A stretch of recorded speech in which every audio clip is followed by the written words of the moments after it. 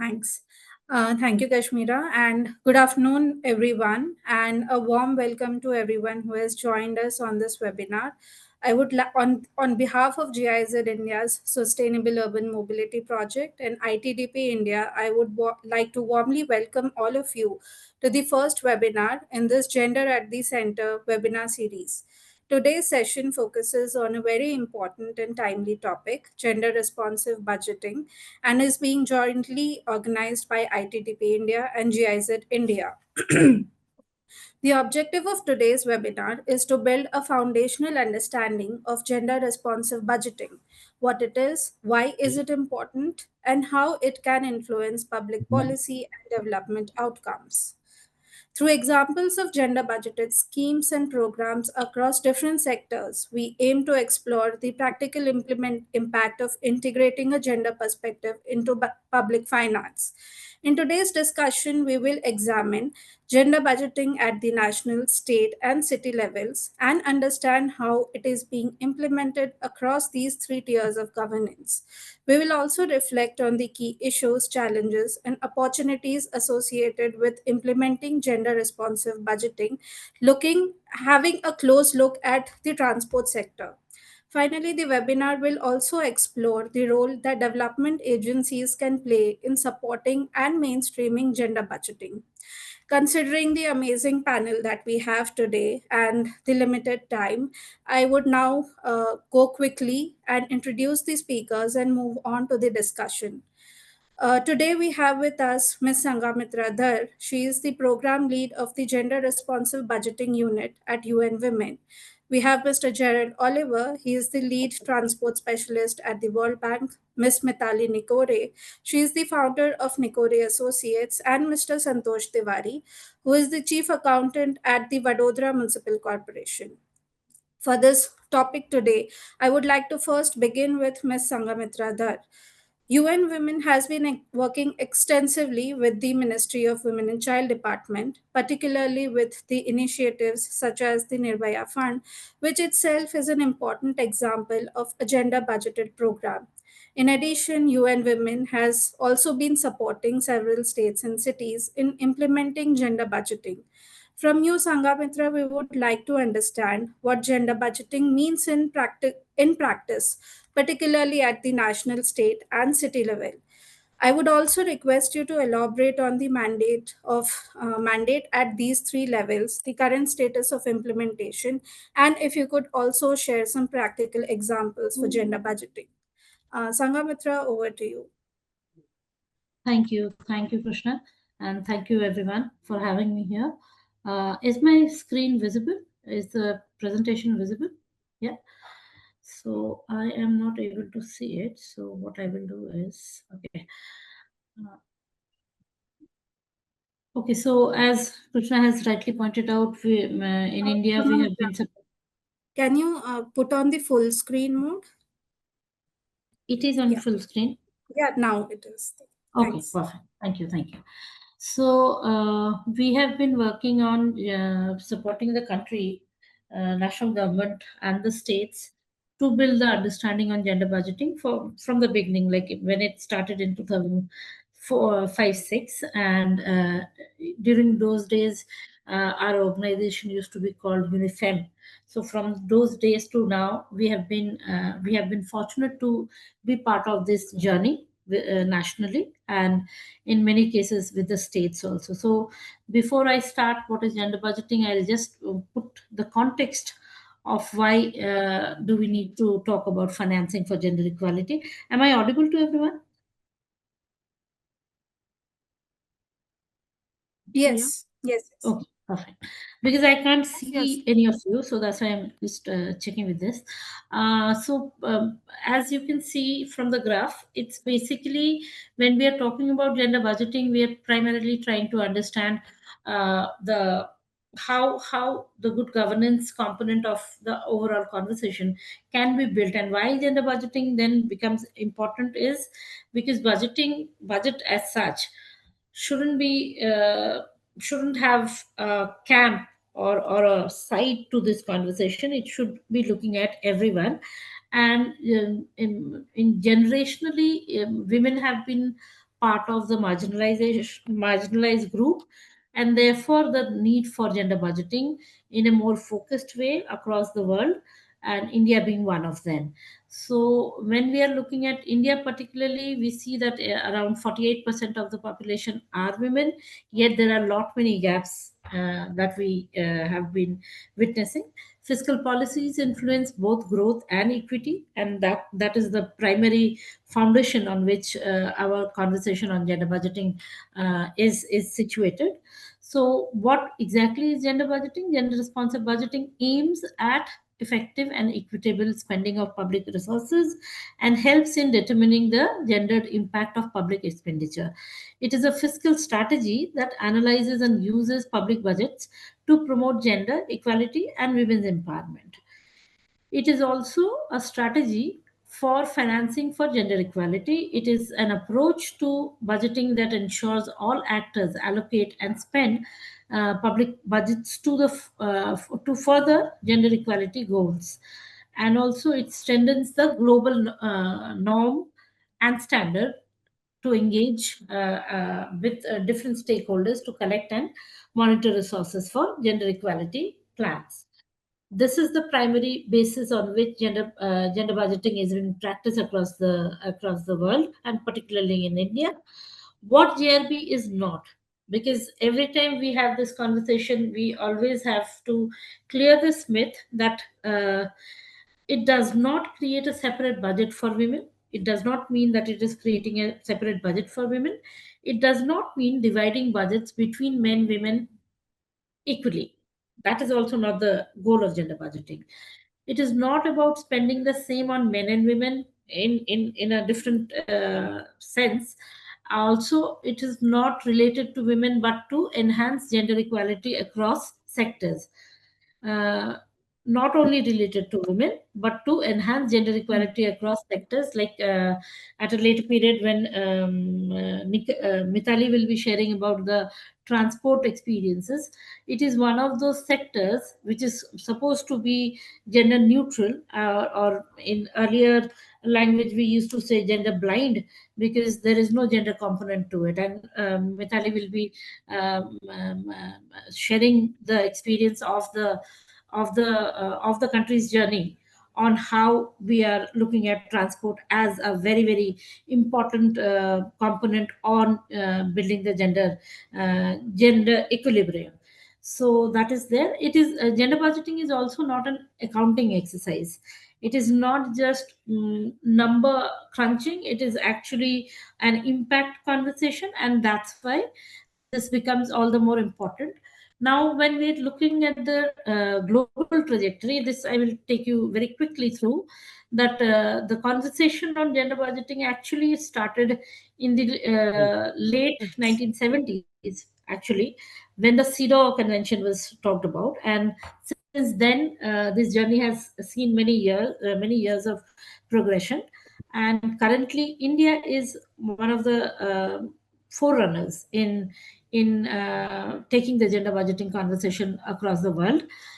There are some details of the other countries who've been doing quite good, but there have been drops in some of the countries in their performance in their engagement on gender budgeting, which India has not been part of, because the since the year India started, it's almost a 20-year journey now since we started reporting on gender budgeting. Primarily, the gender budget statement actually is a publication that actually talks about the government's commitment on gender issues, and that has been published since 2005-6, and till date it has been continuing. There has been drops, there have been ups and challenges also, but we have consistently been reporting. So that is one of the achievements of the country, because a 20-year journey without a break is something we should all be very happy about, because that is the commitment that the country shows on gender issues. So that is how we have seen the journey of the country. When we are looking at gender budgeting, there are some processes that one has to follow, and these are the 5 steps that are easily kind of practicable, and it is called the five-step framework. That it was introduced by Professor Butlinda, and she primarily talked about having a baseline understanding, basically understanding the situation, what is happening at the current stage, and then after understanding what exactly is the situation at the current stage, addressing the extent to which policies can address those gaps. Then when these steps have been followed, when suppose for example, if during the situational assessment one of the gaps that was identified was, this is just an hypothetical, that they probably saw that, okay, reach of water to the citizens is very distant, and therefore the drudgery is very high. So maybe we can work on coming out with a policy or a scheme to address that, and therefore a scheme or a program is designed to bring water sources into every household. So that could be one of the gaps that they identified, addressing it, and mandated building a policy, and identifying that gap actually gave them that opportunity. Now, just implementing does not complete the cycle. Then you also have to review what exactly is the budget that has to be allocated for that, because a country like India, which is very large geographically as well as very diverse in intersectionalities, so one has to identify that also while considering the allocation of funds on that component. So once that is done, and once the gender disaggregated data informs them on that policy intervention, which actually gives them the idea on how much needs to be allocated, one then has to go to the next step, which is to monitor the expenditure and the provisions of public services. At this point of time, many countries are trying to build that step. India is one of them, and India is proactively working on developing the gender responsive outcome monitoring, or rather outcome budgeting mechanism, which our office is also helping the government to build on. And this we are trying to also kind of build with not in isolation, but in convergence with the existing body of monitoring mechanisms that are there in the country, so that there is a seamless integration as well as introduction of new indicators that could suffice, that could address those issues, and build that monitoring mechanism. Once those things are done, the assessment of the outcomes will then become very topical and also possible at this point, because the gender disaggregated data is lacking. One of the primary issues that we address, or we come across, is allocation, is on monitoring the allocations. So that will be addressed when we are able to reach step 4 and 5. Now, when we are talking about the overall cycle of gender budgeting, one needs to understand that it starts. It is a journey where you start by planning, and then the budgeting cycle comes in. And in this cycle, as you can see, starting from the right side of the graph, the planning and priority setting is something that one needs to start with. The country, or any other country actually starts with this process itself, where we have different tools that we use, like pre-budget consultations, ex ante gender analysis. We have gender action plans developed. Then we have the budget preparation, where we identify the interventions and then set targets. Even the circulars that are issued by finance department, or rather ministry, to take part in gender budgeting, is one of those tools that actually helps this entire conversation on building the budgeting conversation around gender. Then we have the budget execution, where we look at the availability and adequacy of the resources that are there, and Revised estimate, this is one term. For this I will take you through a few couple of technical words. Basically, budget estimate, revised estimate, and actual expenditure. These are the three key things that we work with when we are looking at the public finances, because these are the indicators which tell us what exactly has been committed, what has finance allocated, or rather revised and provided to the respective line ministry, and what actually has been spent. And what has been spent is something that does not that cannot be tracked on a real time. It is something that comes sorry, of the past. And that's why when we look at the budget documents, we see that there is a head on actual expenditure of a previous year, and that actually gives us that actually sums up the cycle of the budgeting process. When we have executed the budget conversation, we actually then go into monitoring and evaluation, as I've talked about in the past, in the previous slide. So I will not detail this part out. Now coming to the GRB stakeholders, who exactly are the stakeholders? Like today, I'm having this conversation with an organization that is working on different diverse issues around developmental around developmental issues, around um, poverty issues, around agriculture issues, around different thematic areas. Your agency is also part of this stakeholder. However, you might not be the direct stakeholder, because it is not impacting you directly, but you are in that ecosystem. As you can see, primary, secondary, and tertiary are the three layers where everybody is engaged. The researchers, the students, the academic world, they are all part of this circle. But when we are looking at the primary stakeholder, we actually are talking about the government system, be it at the national level, be it at the state level. Now currently we are also supporting the panchayat level. So the government is the primary stakeholder, because the budget that we are talking about is in their domain. So therefore they are the primary stakeholders. Then we have the training institutions. Why are government training institutions important? Because all the knowledge on this subject is disseminated through those institutions. It's not one-off discussions that we have, and that's why the institutional mechanism that we try to build for any country is primarily to institutionalize the modules and the knowledge products into the training institutions, so that it becomes a mainstay and it becomes a routine for the training cycles, for the training institutes to keep it in their training cycles.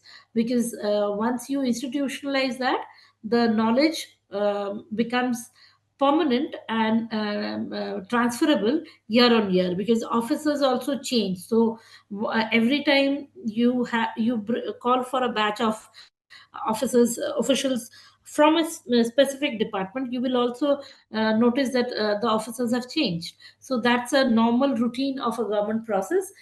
We shouldn't see it as a challenge, rather than we should see it as an opportunity, because then we get to share this knowledge and build this ecosystem further with more officials in the room.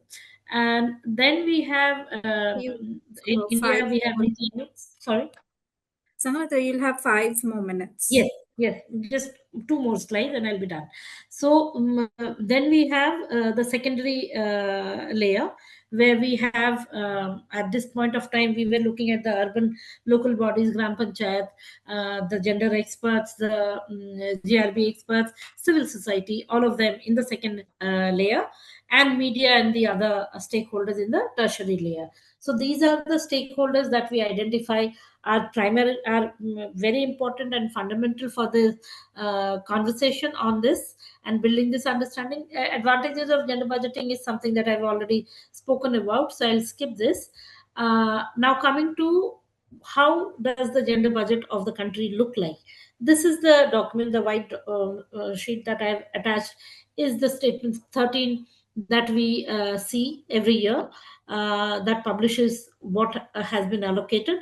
And as all of you might already be aware, that in today's time, the country has three parts to the allocation. Part A is 100% women specific schemes. Part B is 30 to 99% allocations, and Part C is below 30% allocation. So these are the primary.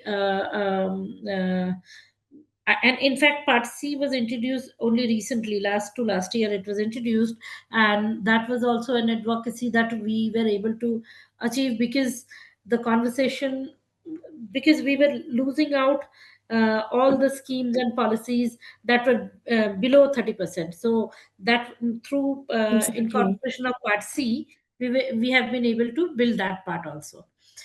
Now, coming to gender budget of the current year, these are the 10 ministries who have actually done a good job in allocating funds. We are in conversation with all of them to kind of build this space and allocate, or rather spend in the right way that they are wanting to. This is a very small pop quiz that I thought maybe for a diverse group like the audience that I have, maybe it will be useful. If you would want to put your answers in the chat, it will be very helpful. This will give the organizers an idea on how, Just what exactly is half gender an hour. budgeting. I'm just coming. I'm just coming. I'm just finishing. मेरा next आने वाला है. Actually, people are waiting. Sorry. Sanghamitra, you can go on. So, But yeah, I think this is a pop quiz that the participants can This just is the look at the last. questions. Yeah, Yeah, this is the last the one. participants can just look at the questions and maybe answer on the chat. I think it will be a good reflection on the understanding that everybody has had on gender budgeting. Yes. So Yeah. this is my last slide, and I can and thank you for the opportunity. Over to you, Krishna. Thank you, Sanghamitra. Thank you so much. And thank you for this pop quiz. I think it's an interesting idea. And I think with this, many of the, misconceptions about gender budgeting, has been solved. And also it gives a, very a broad idea about what gender budgeting is. And now, if someone wants to go further and investigate, this will basically give them a broad idea about what gender budgeting is. And yeah, I would like to thank you for this, Sanghamitra. Actually, even one of my perception was, that there's a mandate to allocate 30% of the budget. That is what gender budgeting is, but I think that also got cleared over here. With this, I would go to Miss Mitali. I know you are in a hurry and you need to leave. But yeah, Mitali, you have worked extensively at the intersection of gender and transport. And from you, we would like to hear your perspective on what gender budgeting looks like within the transport sector, particularly in the context of state budgeting. Also, we are looking at a lot of free bus schemes for women, which are being introduced across Indian states. It would be valuable if you could discuss the implication of these schemes as well on state financing, including their potential benefits and their limitations. Mitali, over to you. Thanks a lot, Krishna. I think no, I'm not. I have told the organizers here that I need to spend some time on this, so no stress. And I just want to say that this panel is extremely special because to be your mentor on a panel, and of course I'm talking to you, Gerald, is really special. And but also to have such wonderful teacher, Sanghamitra. Sanghamitra has literally taught me gender budgeting. Not only has she taught me the technicalities of it, but she's taught me how to sit in the office of a government official and literally convince them to do it. So, so more than that, more than the technical, it's also just the tenacity and how much I've learned from her on this. And again, we are so grateful to ITDP because Nikore Associates ITDP are currently working together, on understanding the implications of budgeting for mobility, and is of course a big part of it.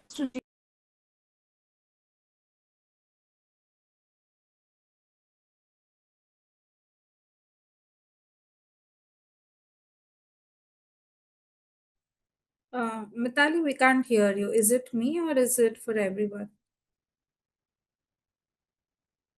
Yeah, we can't hear Mitali either. Yeah. I think she is disconnected. We can reach out. Yeah, I'll just. Krishna, I've messaged her.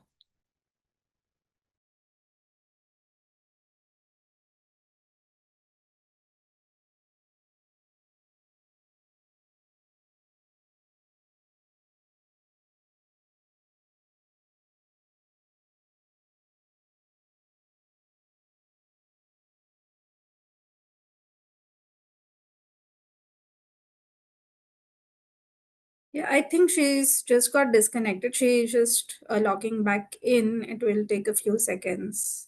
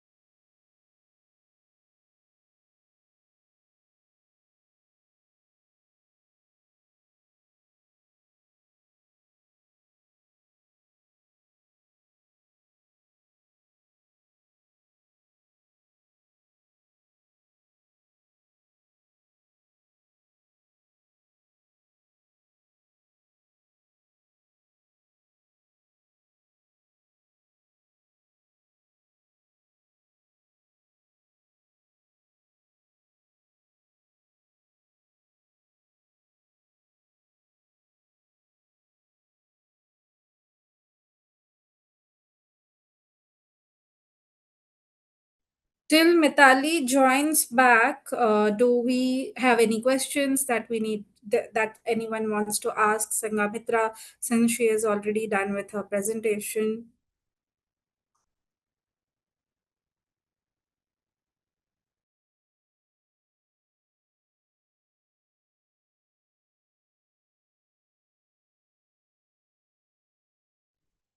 Just to add, the pop quiz answers that they have given is right, actually. Thank you, everyone. Thank you. Thank you.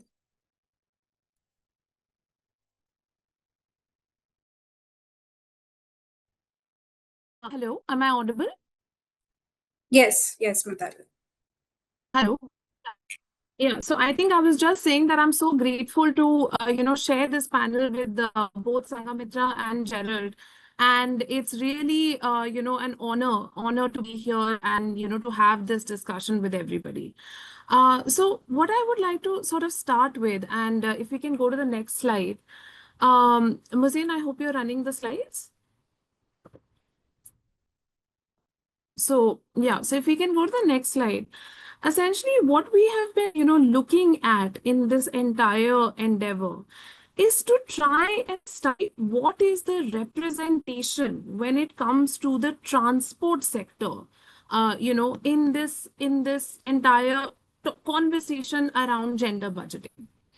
And the very simple answer that we are finding is that transport is represented, but it may not always find a way in the gender budget statement. And I think that is the one big point of dissonance that we're starting to see both at the national level and at the state level. So if we look at the overall gender budget allocations that have happened over the last, 5 years,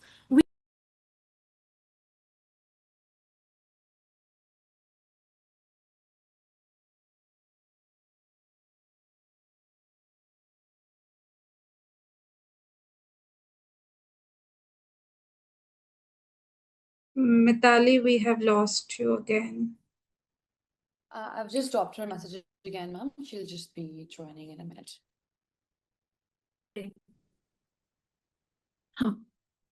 Yeah, sorry. Am I audible? Yes, ma'am. Yes. Yeah. So the, total gender budget has basically increased, as I was saying, from 1.7 lakh crore to 5 lakh crore. And of course, we've already seen from Sanghamitra's presentation that this has gone from about 4% of, the total union budget 5 years ago to about 9% today. So if we can go to the next slide, please.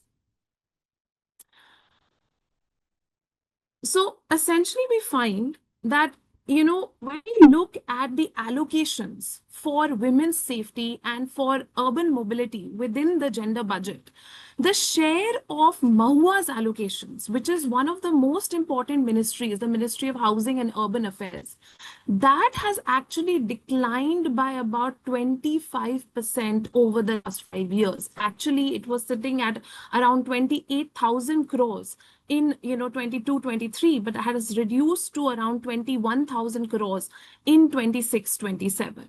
So this is one of the first pieces of data that I really want to leave with you, that we have seen MAHUA's allocations in the gender budget declining. Now we know that PM Awas Yojana is a big part of the MAHUA allocations, but at the same time, even when it comes to women's and as per our analysis, there has actually been a decline in the MAHUA's contributions to the gender budget. It doesn't mean that MAHUA's budget has reduced, but the gender budget, share has reduced. The areas that, we looked at is, if we look at the budget of the Ministry of Home Affairs, where we get an idea of how much is being invested in women's safety. If we look at the amounts on the Nirbhaya Fund, if we look at the railways contribution to the gender budget, and also if we look at MORTH, these are sectors where we are seeing somewhat an increase. Railways, of course, is pretty much constant, but Nirbhaya Fund is one where there is a lot of fluctuation.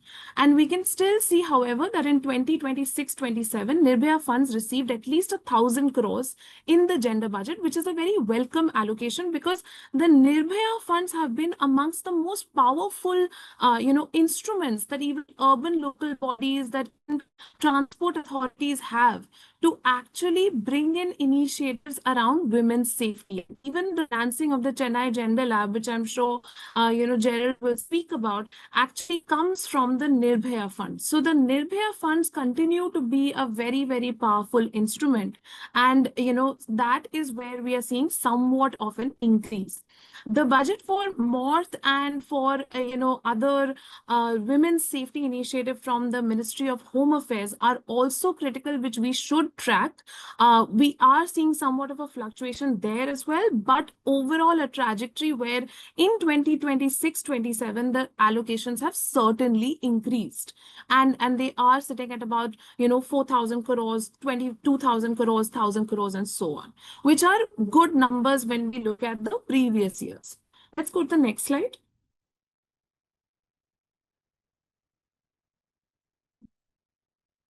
Can we go to the next slide? I'm on the state gender budget. Essentially, now when we also look at the state budgets, so when we also look at the state gender budgets, we actually find that, and this is in fact, Krishna, responding to your question about the free bus schemes, what we find is that there are two states that we've been studying, Karnataka and Tamil Nadu. Now, these are two states which are offering free bus initiatives, for women specifically. The Shakti scheme has, of course, been spoken about quite a lot, which is being implemented across, cities in Karnataka. And Tamil Nadu also has a scheme which is actually offering subsidies for women's travel in the state. It's not fully free in every single city, but in Karnataka, it's a completely 100% free scheme. Now, in these states, our expectation becomes that maybe the gender budget would be higher, because, these schemes are actually quite a heavy expenditure for the exchequer. However, what we end up finding is that the gender budget actually has very little correlation with these schemes. And in some states, like for example, in Tamil Nadu, we don't even see these schemes represented in the gender budget. So this is a very important finding because these schemes are actually being introduced for women and they are 100% benefiting women. But at the same time, they're not actually sitting in the gender budget statements necessarily. If we can go to the next one.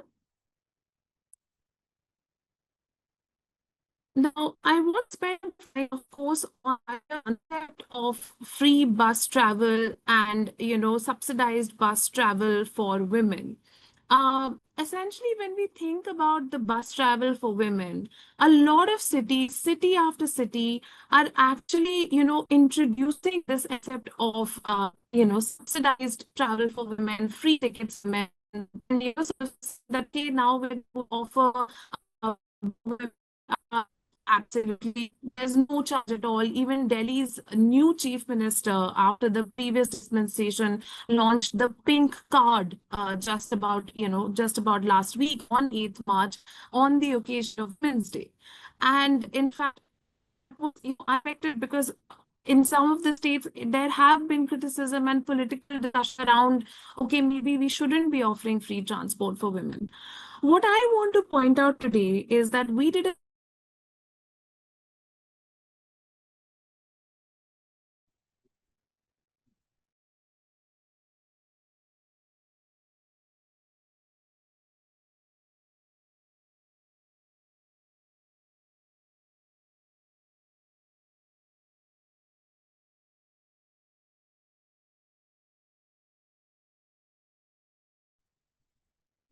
We have lost Mitali again.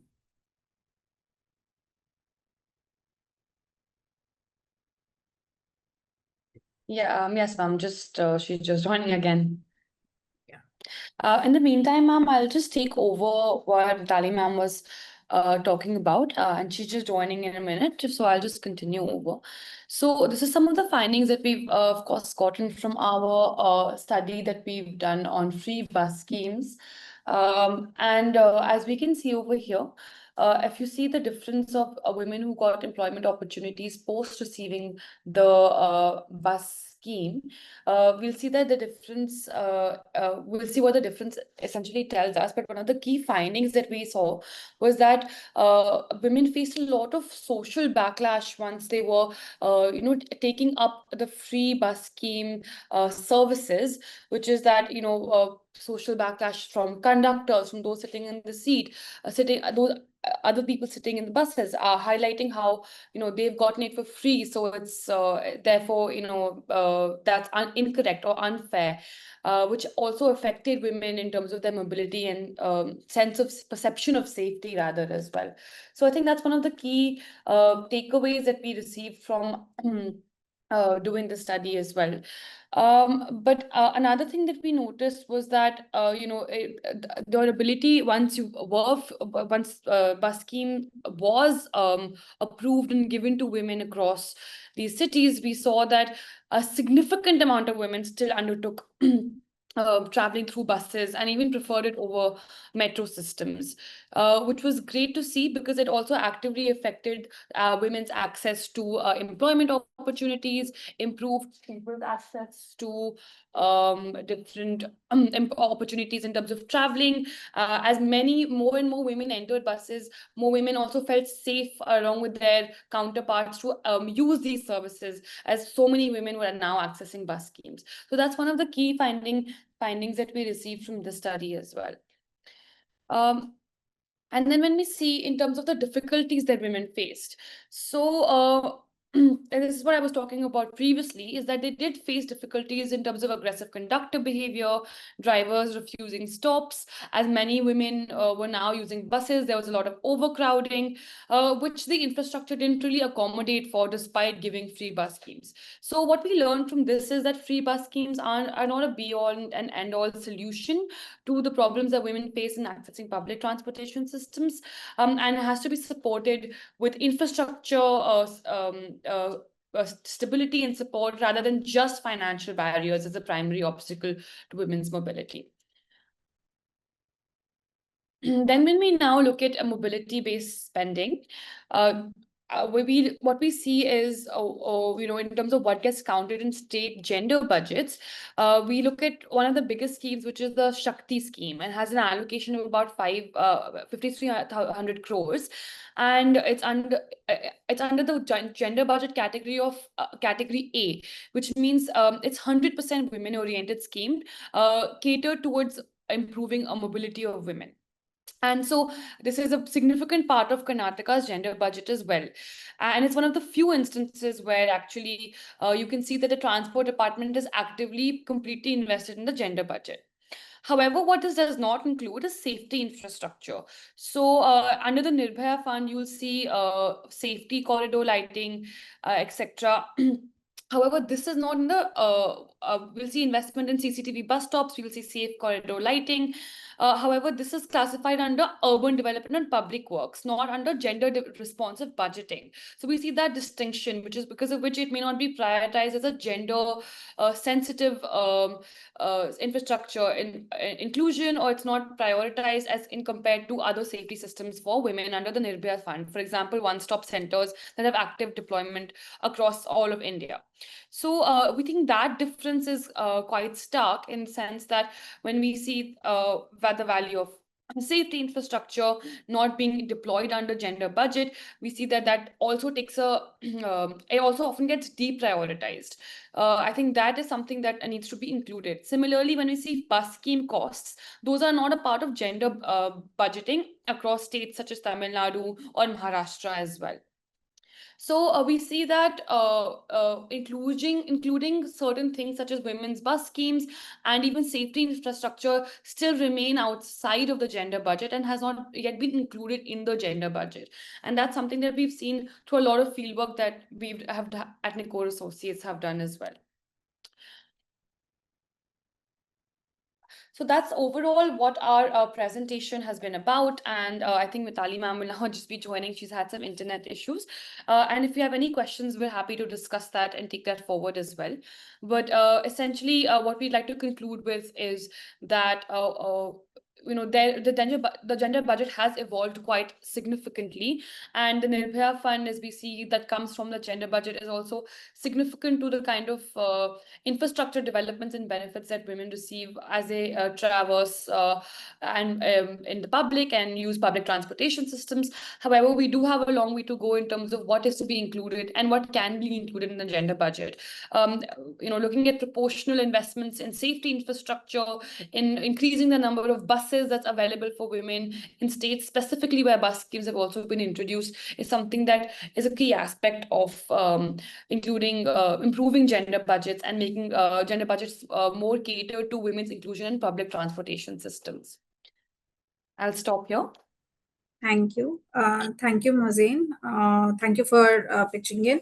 There are a few questions in the chat, Mohsin. I think if you or Mitali can reply to it either towards the end of this webinar, or you can reply on the chat as well. But yeah, it was very interesting to see how, different aspects or different infrastructure systems are taken or not taken as gender budgeting at the state level. And I think it also shows how there is a need for capacity building at the state and city level of the parameters that should be taken into account while gender budgeting, or when you are reporting for gender budgeting, to also make sure that the impacts of gender budgeting are being showcased well. With this, I would like to go to Mr. Santosh Tiwari. He's a chief accountant for the Vadodara Municipal Corporation. I was discussing with few of the accounts department in a few ULB, and I checked with them if they are doing gender budgeting. The response from many of them was that they are not doing it. There was a mandate few years back and they wanted to start doing it, but they don't have the training, or they don't know how it is to be done, or what aspects can be taken, or how it is being monitored. With this, I would like to come to you, Mr. Tiwari, that what are the challenges and opportunities that cities are facing when implementing gender budgeting. Mr. Santosh, over to you. Yeah, thank you, Krishna. GIZ and ITDP for giving me the opportunity. Basically, when we talk about gender budgeting, and that too in urban local body, it is not an easy task actually. See, when we talk about whether Ministry of Housing or any other or transport or something, it is the organization or department or ministry where one or two core focus area is there. Whereas when we talk about urban local body, so we are itself a mini government. So we have our parliament, we have our steering committee, we have our MPs in form of municipal councillors, MLAs, and all these things and everything. And we have to perform we have more than 70 departments. Some of them are income generating departments, and some of purely expenditure departments, some of social sector departments. So there is a lots of diversity and all this thing. So this is the thing by which this is the major challenge where we have to perform multiple functions, and deriving out a gender budget or gender responsiveness budgeting or even outcome, it is generally a tough task for us. Yes, but one thing is very sure, a true fact, that we haven't focused yet. By going through the presentations of Ms. Dhar and even Mitali ji, I thought that yes, definitely we can also do something for this. So at present, we do not have any specific gender budgeting type, but we do lots of activity. We spend a lot also. So when I talk about Vadodara, so we have the budget size of around 7,600 crore, where my yearly spending is around 5,000 crore something is there my spending. And 48% population is around female. If I consider the last census, so it is around 16.70 lakh population is that, and out of that 48% is a female population.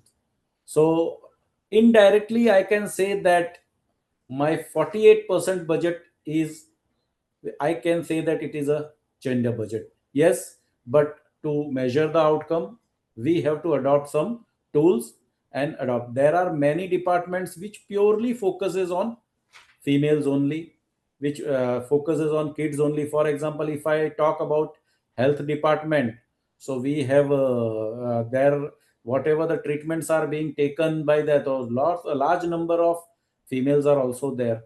Even employment opportunity and empowerment thing, if say that generally VMC has, I think exact percentage I don't have, but it has a good number of female employees. So that also can be treated in that. Apart from that, when we talk about primary education also, so we spend around 300 crore, and almost 50% students are female, girl child actually. Apart from that, as I said, in our health centers, we have many other facilities which is being designated by health department, whether it is in form of IPD, OPD, whether it is a delivery or many other things. So all these facilities we have, and that is being provided free of cost. So apart from that, Anganwadis, you people might be know, where the small kids are being nurtured from 0 to 6 years. In that also we have around 12,000 kids, and in that 50%, almost 50% is girl child only. So there also I spend almost 5-6 crore every year. So that also can be tagged in that. Apart from that, this that is a very good presentation was given by Ms. Mitali. So regarding bus also, so we spend around 20 crore yearly, and as I said, 48% population of Vadodara is of female. So we can say that it is there. So we are spending behind the females only.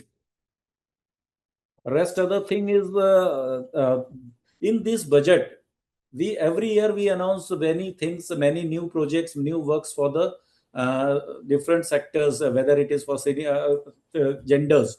So this year we have planned working women's hostel, youth hostels is also being planned, senior citizens are there. We have sports complexes, Anganwadis we are going to construct, primary education I said, or libraries are there, yoga centers are there for safety of the people and especially women's. 50 CCTVs are also there, gardens are there, linear parks, and important scheme which of Mahua, this affordable housing, PM Awas Yojana. So we have in our Gujarat, we have that policy that the house would be allotted to the female who will be the first owner, and joint ownership only we allot the houses if there is any female in the house. If female is not there, then the male is being given allotted. Apart from that, vegetable market which we are constructing, so almost 70% vegetable market is being used by females only. And for upliftment also, there is a where we have announced vocational training centers and all these things. Another thing that Pradhan Mantri PM Swanidhi Yojana, which you people might be aware, where the women empowerment and empowerment of poor people, urban poors are there. In that also, we have given the benefit around 58,000 beneficiaries. Female data I don't have, so exact this cannot be derived out. But why I am informing this all this thing, that these are the focus areas where corporations can focus and the gender budget can be derived out. And for that, for coming out, we can definitely Vadodara is basically a good city to do the experiment on this. So if GIZ, ITBP, or any other this panelist or team members, if they are interested to work along with us to derive the budgeting, I have made my mind that next year's at least something I would be coming up with this. So if you people are ready to contribute, definitely we would be coming up with the good gender budgeting for Vadodara Municipal Corporation. Thank you. Thank you. Thank you, Mr. Santosh. I think it would be very interesting to work with you. And I think very rightly said that, currently all the cities are taking up various projects, various schemes which directly or indirectly benefit women and girls. I think gender budgeting not only gives you, with gender budgeting, it will, the cities will be able to showcase the impact that it is having on women, or how much they are allocating towards women. I think that is an important factor that can come out of this. And very truly said that right now most of the cities are not aware of what parts of the budget can actually be taken as gender budgeting. And training and capacity building is one area which most of the cities need, and international organizations like UN Women, ITDP, and GIZ and World Bank can look into how they can support these cities in doing this. But yes, thank you so much, Mr. Tiwari, for joining us. Thank you. Thank you. Last but not the least, I would now like to turn to Mr. Gerald Ollivier. Gerald, from the perspective of international institutions like World Bank, I would like to ask that how can global organizations support cities in institutionalizing gender responsiveness within long-term public finance framework? It would also be helpful if you could share some examples where gender budgeting has successfully improved the outcomes for women. In addition to this, we all know about World Bank's Chennai Gender Lab initiative. To you, I would also like to elaborate on how the Chennai Gender Lab initiative has emerged as an example of institutionalizing gender consideration at city level. Okay. Gerald, over to you. Okay, thank you very much, Krishna, and thanks to GIZ and ITDP for inviting me. A really pleasure to be with Sanghamitra, Mitali, and Santosh as part of this panel.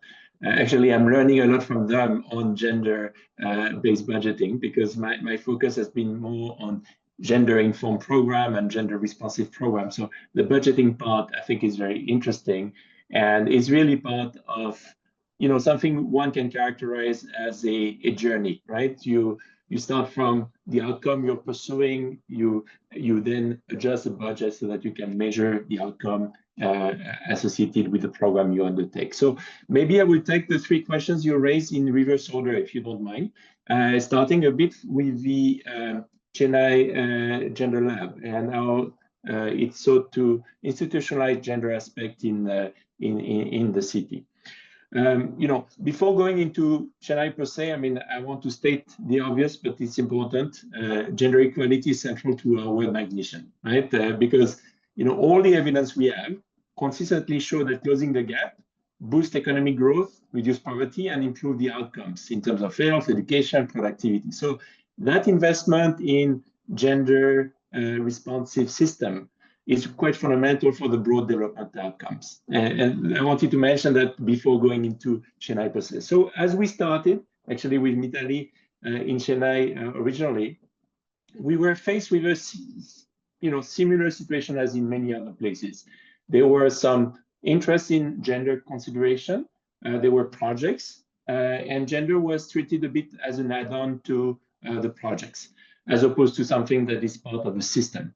You would do safety audit, but the safety audit would not link directly to actually action taken down the road. Or you would conduct disaggregated survey, but the survey were not really analyzed in ways that would inform the policy or the changes on the ground. So departments were working a bit in silos, and in a way, the Gender and Policy Lab was the answer to bring it all together, right?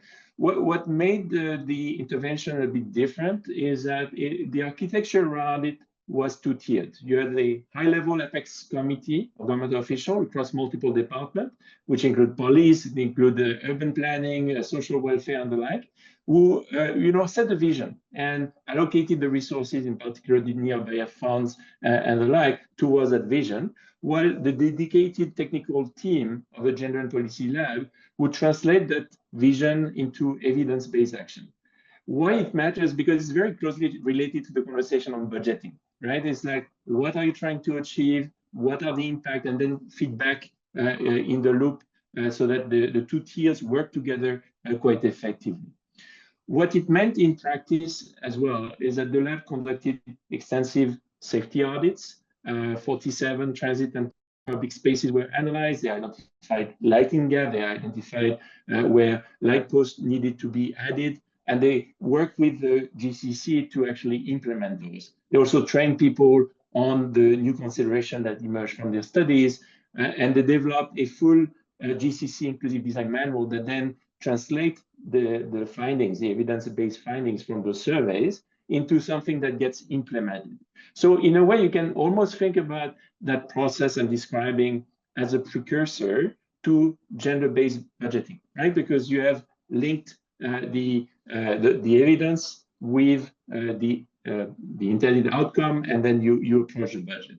I was discussing with the Gender Policy Lab on whether they did gender budgeting, and they told me that while they did, steer some resources towards obviously gender-focused element, it was difficult to actually embed into the system, and they actually pushed through it by making sure that the expenditure would be captured in the ERP system of the city. By doing that, it creates something that is not a ad hoc, additional element, but is embedded in the system, so that essentially, if an expenditure is marked as gender inclusive or disability friendly, it can be integrated as part of the overall process. So that's maybe something as an early step that is worth considering. Your second question was a global example where gender responsive budgeting has had a significant impact.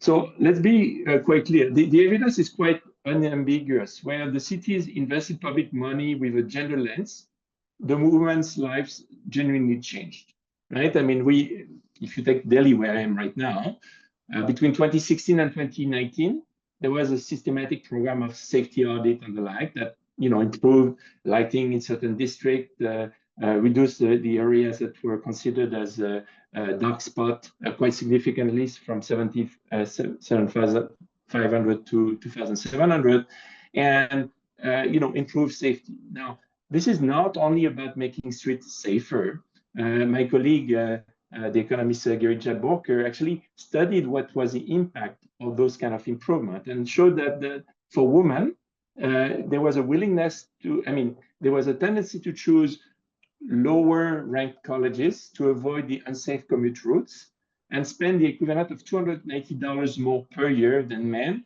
just to access safer transport. So when you fix those elements that come from the analysis of bottlenecks for different genders, you start having real impact in terms of education and economic opportunity. If you move beyond India, let's say Vienna has been a pioneer in terms of creating a women's office that became a gender mainstreaming office, and implemented over 60 projects over the past 2 decades. Now, what is interesting is that as they implemented all of these investment, the city consistently ranked as one of the most livable city in the world. So not only for women, but for everyone, essentially. I could go on and on, but I think the evidence, whether you look at Latin America, Africa, or the like, is very similar, right? Those investments that have been focused on making more gender-informed, gender-safe environment have led to closing the gaps in terms of what is needed by different gender in terms of mobility and how the system is able to deliver on that, right? That means better access to education and better access to work opportunities. Now, how does the set of international institutions can support that? First, it's not about money. Let me be clear. It's really about thinking about how do you approach the issue systematically, right? Evidence-based, based on data, data before dollars, in a sense, where you actually analyze really what are the gaps. You do safety audit like we did with Safety Pin in Chennai. You do gender disaggregated travel surveys, and you really extract the outcome of those surveys to inform service design, infrastructure design. And that's really the first element, which is relevant to both gender informed, but also gender budgeted. The second point is that we are moving growingly in cities in India towards results-based financing with gender-linked disbursement indicators, where for achieving real progress in certain topics, we support essentially the city with financing. So for example, Buenos Aires, we have a $3 million disbursement linked indicator that is tied to the level of women's representation in decision-making position within the city water utility. Why does it matter? Well, because if you have leadership that is aware of the gender difference, the likelihood that they get embedded into the thinking becomes much stronger. So it becomes a structural incentive.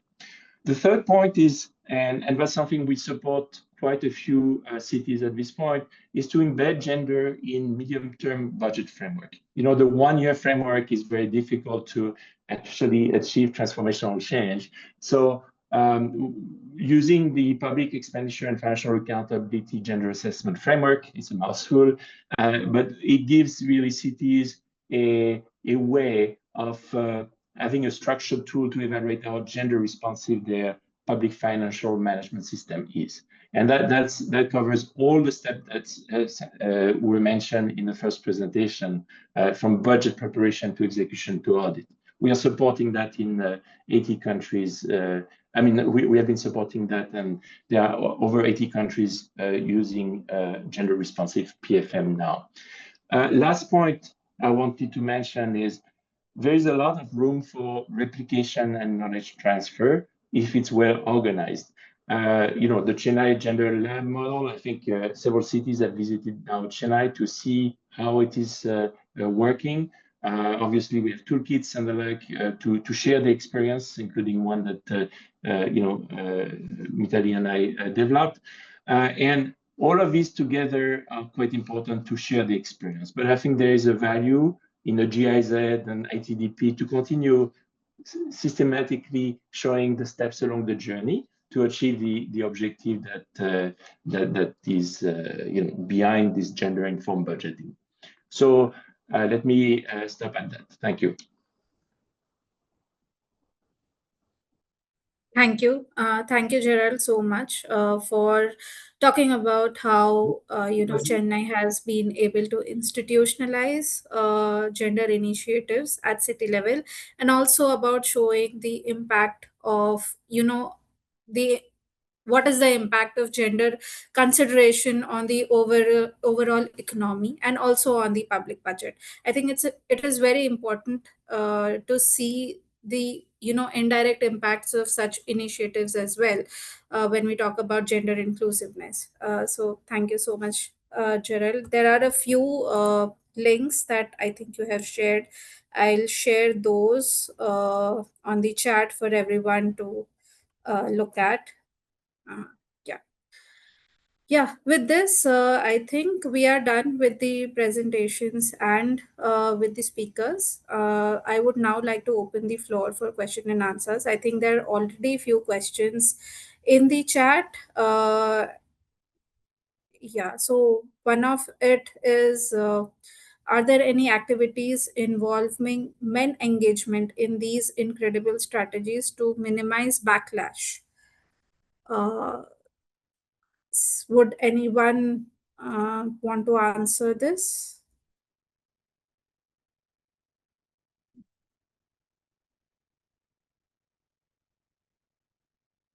Hi, Krishna, ma'am. Would you be able to repeat the question again as well, please? Yeah. Sorry, I'm not able to So, see it. yeah, actually, this has come separately on the Q&A portion. So the question is, any activities involving men engagement in these incredible strategies to minimize backlash? I think this is referring to the backlash in certain cities where free bus schemes have been introduced. Yes, ma'am. So I'd just like to talk about what Nikore Associates has done and what Mitali ma'am also has done some research on over here very briefly, and then I'll open it up to our esteemed panel as well. But what we found is that, when we were working, of course, in Bhubaneswar in multiple cities where there has been efforts to, increase gender responsive infrastructure and mobility and gender responsive mobility for women, we see that gender sensitization has worked a great deal. Specifically, gender sensitization for bus conductors, for bus drivers, is very crucial to ensure that backlash can be mitigated and supported, in addition to introducing infrastructure. So we see that it's not an isolated intervention that will help, but rather a holistic contribution to infrastructure, financial support, and even gender sensitization that does make a difference in terms of the safety of women drivers, safety of women commuters as they enter the public transportation system of the country. Thanks, Mohsin. I would echo a little bit this in the sense that what you observe, for example, in MTC in Chennai, is a real change in mindset that is taking place. Of course, change in mindset is never instantaneous. It takes time to accomplish, but a sense of pride in terms of a service being delivered towards the customer, as opposed to just a focus on running buses. And that may seem like a detail, but it makes a huge difference in terms of then the acceptance of those schemes. Number two is there is a sense that as a collective, everybody is working in solidarity with others. So, for example, there is a big effort in Chennai as well to bring the bystander as your ally when it comes to fighting violence that may happen on board buses or waiting for a bus and the like. And what it means is that that sense of solidarity across people is fostering a more positive environment. And the third point that is important is maybe moving towards solutions that are a bit less obvious in terms of direct subsidies, but cards that carry similar subsidies, but everybody has their card to pay or their QR code to pay in ways that is indiscriminate can help the situation. And that's something we have also discussed in terms of thinking through what women really want. For example, do they want a free bus or do they want a air-conditioned bus that is full price? And can you carry the same subsidy for both? Ultimately, the technical fare versus the fare paid by people is a political decision. It's true in all countries. And as some of the slides that Mitali was showing, you can see the economic impact. So it gets recouped, right? If there is a subsidy of some kind, it gets recouped through the wages increase and the taxes on wages later on. So there is a comprehensive approach that can be taken from that respect. Thank you, Gerald.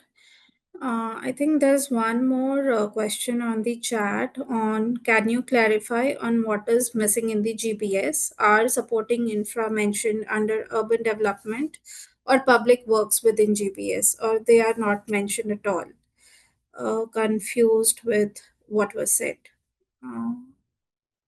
I think this is again to Mitali's presentation.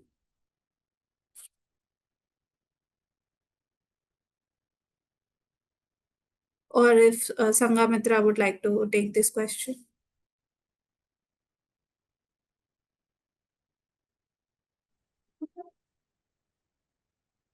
Yeah, it is on, Mote, or do you? Yeah, Please, so ma'am. basically the question, the question is, can you clarify on what is missing in the GPS? Are supporting infra mentioned under urban development or public works within GPS, or they are not mentioned at all?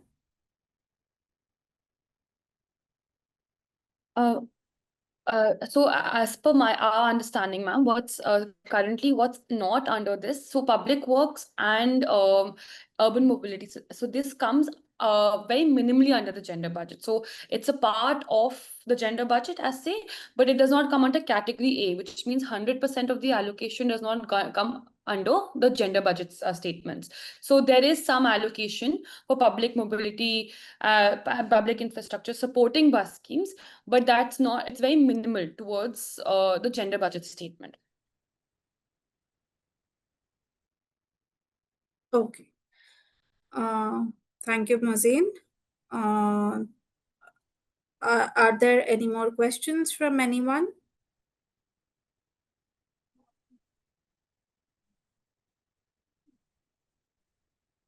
I just wanted to add that there were some queries on infrastructure. So one of the things, as Gerald has rightly pointed out, when we are looking at gender responsive infrastructure, that itself is quite a huge quagmire actually, because many of the times people don't understand what exactly is infrastructure. So in some of our conversations, because these are the conversations that we have with the respective line ministries, going into the into the unit cost part of it, which is basically talking on the budget document, like Santosh has talked about, there is a lot of fund in the urban space in Vadodara, and Gujarat is one of the states that has approached us to support them in building the ULB part of it or through a gender lens, and we are in talks on that. So we will definitely at a time, probably sometime this year, we'll be coming with that plan, and we'll be building that. But because most of your documents are in Gujarati, we have requested for a translation of all those. So we will be helping the state on that, because we have helped in building the state budgeting plan, and your state actually has a very comprehensive plan on gender budget, and the heads and the mechanism that you have built is very, very appreciable. So that being said, one of the things that one needs to understand is earmarking is not the ideal goal. It is actually identifying where the need is and then responding to it. And that's why I was not able to explain this while my presentation was going on. When we talk about the continuum of gender conversation, and Gerald has also used the term gender responsive, one needs to understand that till you are sensitive, you will not respond to something. When the sensitivity arises, only then you respond to something. And that's why World Bank's this program and the GRB program that we are doing across the world is very important, because we are responding to a gap that has been squarely identified as a gap. Therefore, the country might say gender budgeting. We will stick to gender responsive budgeting, because this is a strategy that is responding to a gap. So in your state also, or in any urban body, the fund that you have is enormous because of the taxes and everything that you receive. But allocating it or utilizing it for the equitable part of it is something that one needs to build on, and that is where we come in to kind of have those conversations. Only today we were working on one of the analysis of Panchayati Raj, and we were able to find out just for one component of it, which is the CFC and the SFC, which is the state fund and the commission fund. We were able to identify that even that bit of money, which is fixed, which will be going to the state, which will be going to the panchayat, one needs to plan, because the devolution process in India is mechanism in India is very strong. And if we are able to build that planning from the grassroots, one will be able to build, or one will be able to address the gaps. Like when we are talking about infrastructure, we also have longitudinal projects. We also have in longitudinal projects also we have highways of different forms, like national highways, state highways, district highways, even mid district roads, and then we have the rural roads. So the bifurcation of the longitudinal projects are also something that one has to understand. And every time these are being analyzed, because I've worked on as a social development specialist in my past, and I know that when we have these conversations of resettlement plans, the women in the affected areas are never part of those conversations. So that itself is one of the largest, or the stark gaps that we see in these engagements on plans and budgets. So if we are talking about looking at gender responsive infrastructure and gender responsive policies, the women, the so-called 48% who is there, needs to be there in those discussions across the layers. It cannot be that we as a section are having that conversation, but when we are going to the grassroots, they are not there in those conversations.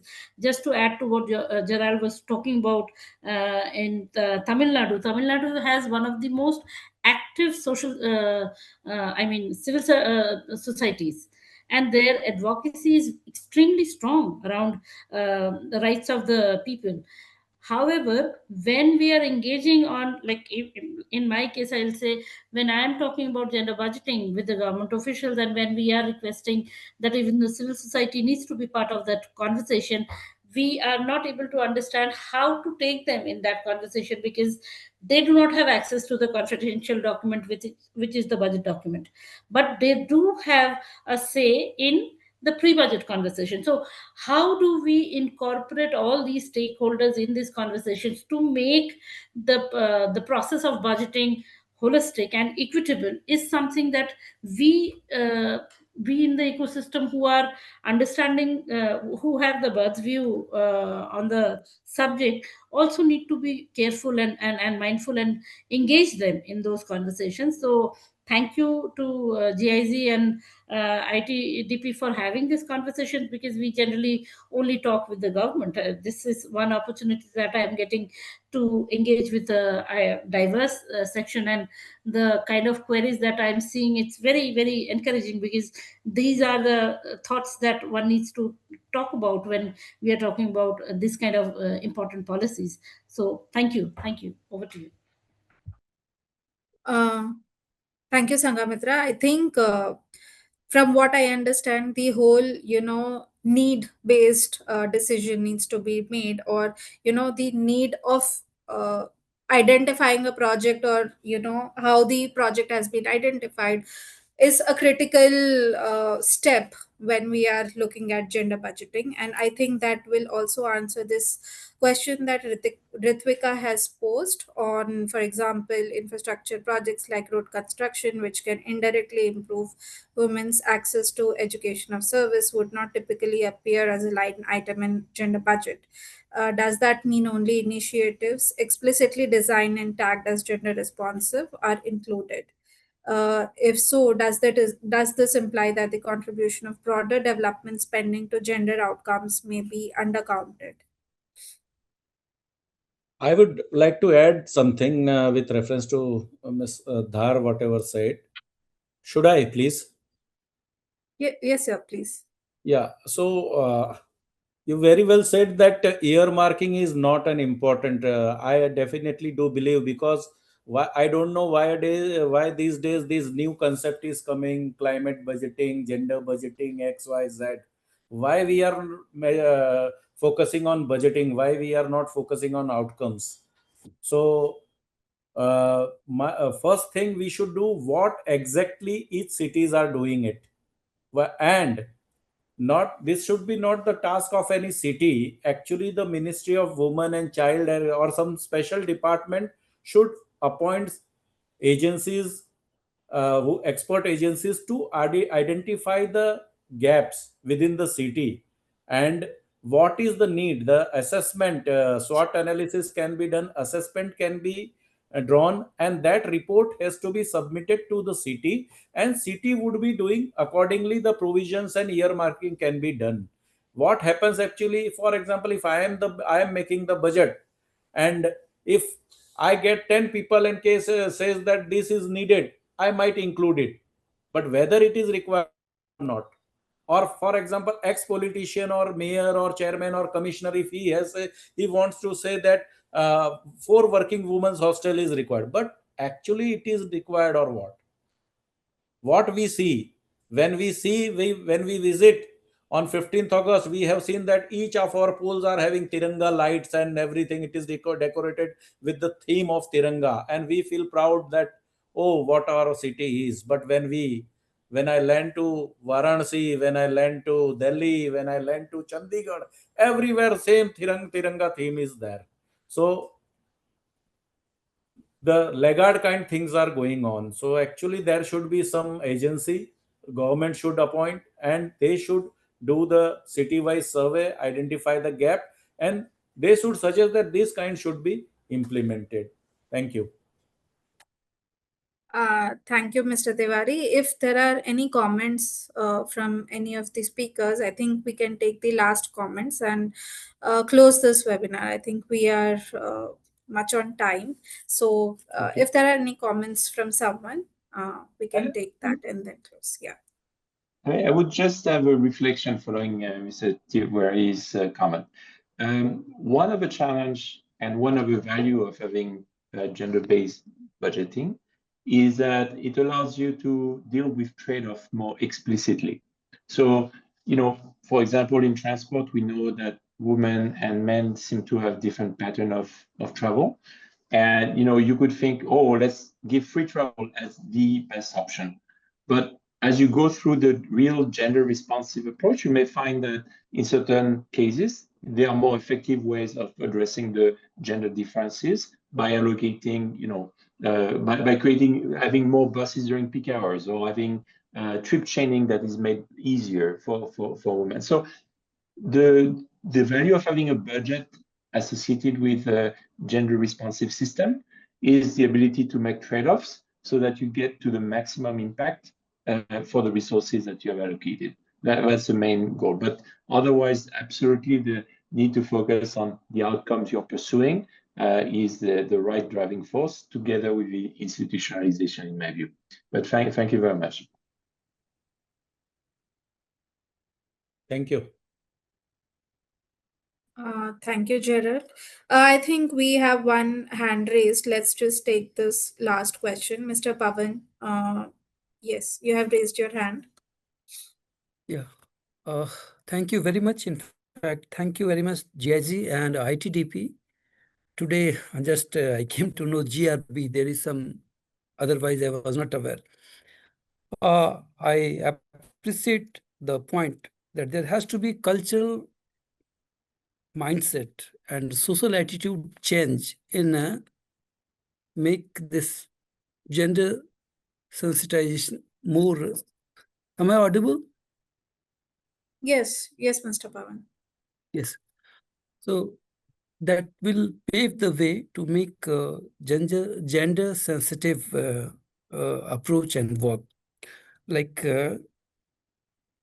just for the city planning and budget part, in fact, I have also mentioned in question, there has to be participation, effective participations, that how much budget we need for the transport part. Definitely we are going to take care of it. But for the rest of things like infrastructure and other these things, unless there is a requirement, how could be an effective budget and how could be an effective allocations for this GRB, for a smooth execution of GRB? That's what I was trying to.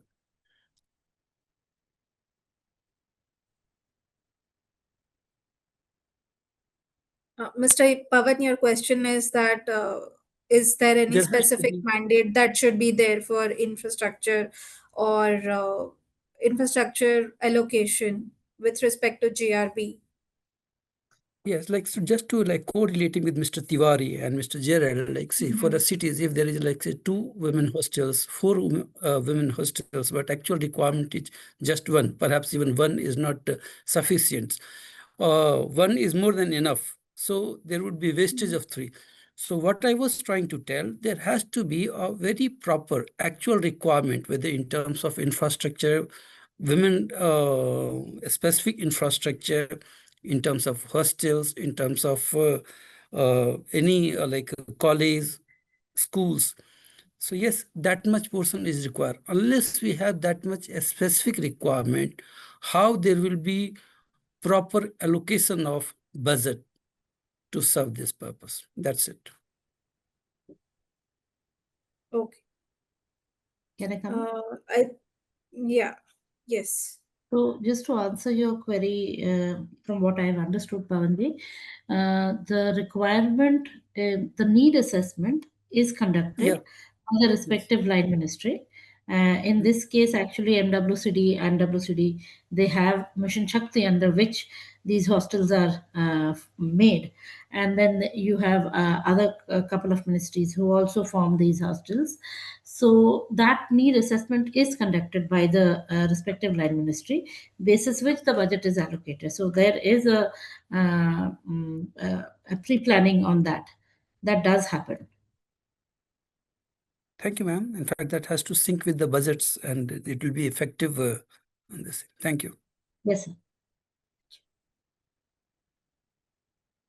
Thank you, Sanghamitra, and I would like to thank you all, especially all the speakers, for making time and joining us and sharing your insights and your valuable knowledge on this topic. And I would also like to thank all the participants who has joined us for this webinar, also ITDP for this, and yeah. Thank you so much. But I think it's a very, needed topic. While we have covered the basics of it, I think we can dive into this a bit more. We can also see if we want to plan another webinar on this topic. And yeah, we can plan further on it. Thank you. Thank you so much. Also, thank you, Kashmira. Thank you, Varsha, and the ITDP team for this. Yeah. Thank you, everyone. Bye-bye. Thank you very much. Bye-bye. Thank Bye-bye. you.